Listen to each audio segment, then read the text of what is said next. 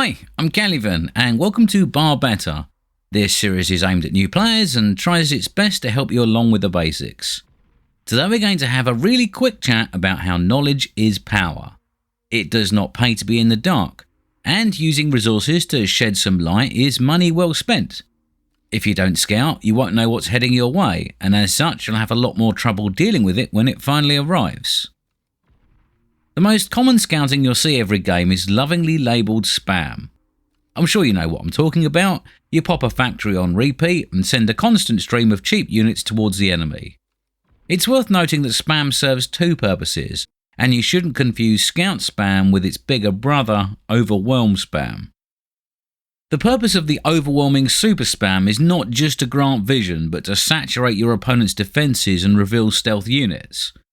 Masses of T1 can provide too many targets for your opponent's big hitters, and allows you to get close up and personal to low health but high damage units like artillery.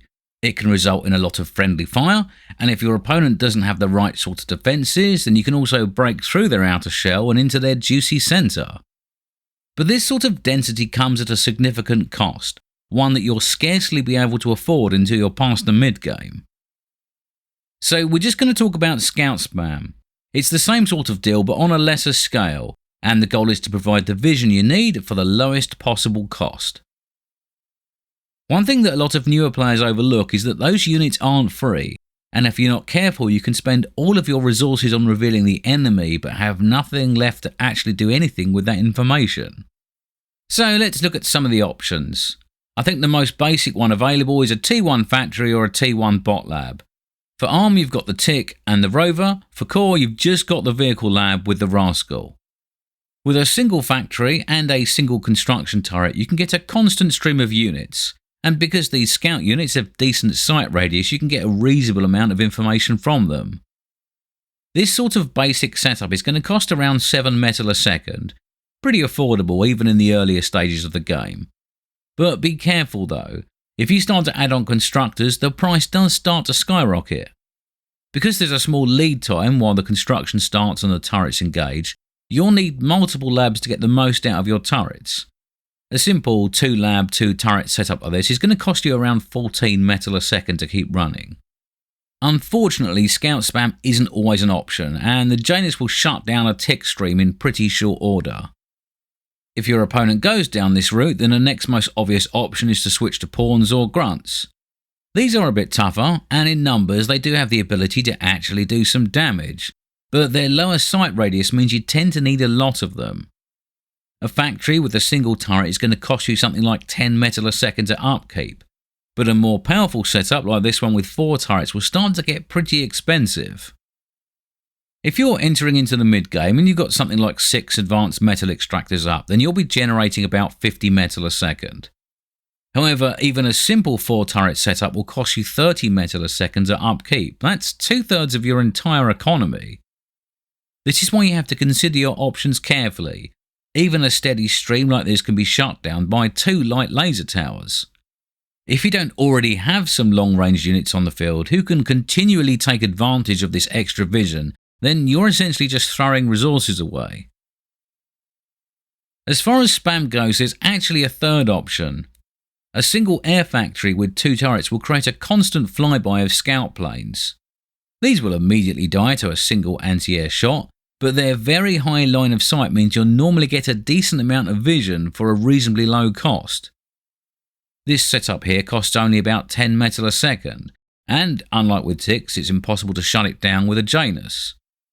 It remains pretty viable until later in the game when your opponent starts to get some long-range anti-air up, but even then it's remarkably effective.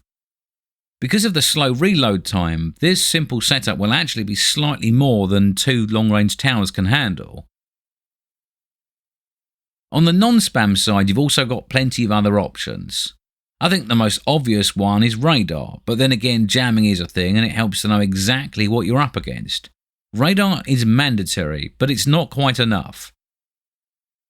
Stealthy cameras are also a great option, but they do require a little bit of foresight. They are very cheap, and you should always consider throwing down a few whenever you get a good opportunity. Each one costs scarcely more than a tick, so they're well worth the investment. If you're holding a position, scatter a few around. You never know when that might become the new front line. It's the same when you push. At some point you'll have to retreat, but before you do, throw up a few cameras and they might really pay off. Remember, it's not just your slow construction units that can build them. All of the combat support units like the Butler, the Twitcher, the Consul and the Commando can make them too, and they're generally very quick to get into position and pop one up. Finally, you've got the Ghost and the Spectre. Considering their low cost, these are criminally underused. Not only can you position them near the front line to get some vision on your enemy, you can frequently find a gap and move them way beyond to get some top quality intel. Is your opponent amassing bombers or building a huge string of nuke launchers? Well, it's your job to find out. You can't be prepared if you don't know what to prepare for. Yes, your opponent can build structures that highlight the position of stealth units, but it's still pretty hard to spot them, and you might learn everything you need to know before your sneaky little bot gets exploded. Remember, it's okay to lose them. Getting some intel for not much more than 100 metal is a fine exchange rate. Both of these bots are better known for their EMP ability. They can be self-destructed to send out a large EMP pulse in the area around themselves, disabling units and buildings alike. The most well-known example is to temporarily disable an anti-nuke launcher in preparation for an incoming strike, but you'll sometimes see them used to pin down other units, stall attacks, or disable other defences before a push. But remember, this is just one of their two roles. The other is intel gathering, and they do excel at that task. Before we wrap up, it's probably worth mentioning a couple of water options for those that like a bit of naval. I don't think there's an easy catch-all method for this situation. At a basic level, you just want to cover the whole sea in radar and sonar towers. Once you get a bit later in the game and your enemy starts to get some radar jamming ships up, you'll probably want to build an air factory on a bit of land and use some scout planes. Also, don't forget about the seaplane gantry. The Horizon and the Watcher do cost some 2.5 more times metal than the scout plane, but they've got built-in sonar, better radar, longer line of sight, and enough health to survive a shot or two. I don't think these are the kind of thing you want to spam, but it's certainly worth using them with the new quota system. Instead of just popping a factory on repeat and building as many as you can, use quota mode to make sure you've always got 1 or 2 in the air at any one time.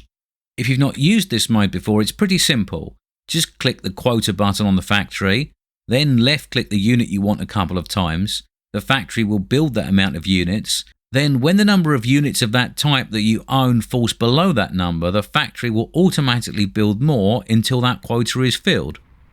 In this example, our plucky team is unaware that the opposing tech player has just dispatched a force of 20 marauders to swim the high seas and emerge on the north coast. They do have a little vision and a bit of radar, but not enough coverage to protect all of the possible routes. The first warning they get is a minute and a half later, when their surface radar picks up the attack. Our tech player, who's been focusing on eco, throws down a T3 gantry and starts to produce units, but he's just not got enough time to make an impact. By the time he's built 2 or 3 units, the top base is gone and he himself is moments away from destruction. Even if he does particularly well with his commander, the targets are too fast and too numerous, and our team can kiss his base and probably the game goodbye. Now we look at a carbon copy of the same situation, but with the addition of a little bit of scouting information provided by some Horizons. They cost 125 metal each, but remember what we said, intel is a product worth purchasing. This time we pick up the radar blips just as they leave the enemy coastline, and just like before, our tech player immediately cancels his current AFIS and starts construction on a T3 factory. However, unlike last time, he's got an extra 90 seconds warning, so let's see what can be done with that.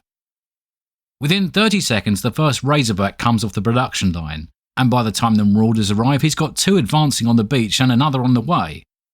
There is a pitched battle, but after a frantic gunfight, all the Marauders are dead before they even got close to the tech player's base. They do kill everything the North Sea player had at their location, but that's often unavoidable if someone throws 20k metals worth of T3 units at you. However, the situation is salvageable, and it's far easier to rebuild when there's 12,000 metal and dead marauders on the floor to be reclaimed. Anyway, I think that wraps up this quick video. If you found any of this useful, click the like button. If you've got any questions, leave them in a comment or on the Discord and I'll do my best to get back to you. And as usual, if you want more of this sort of thing, then subscribe to my channel and I hope to see you back for the next one.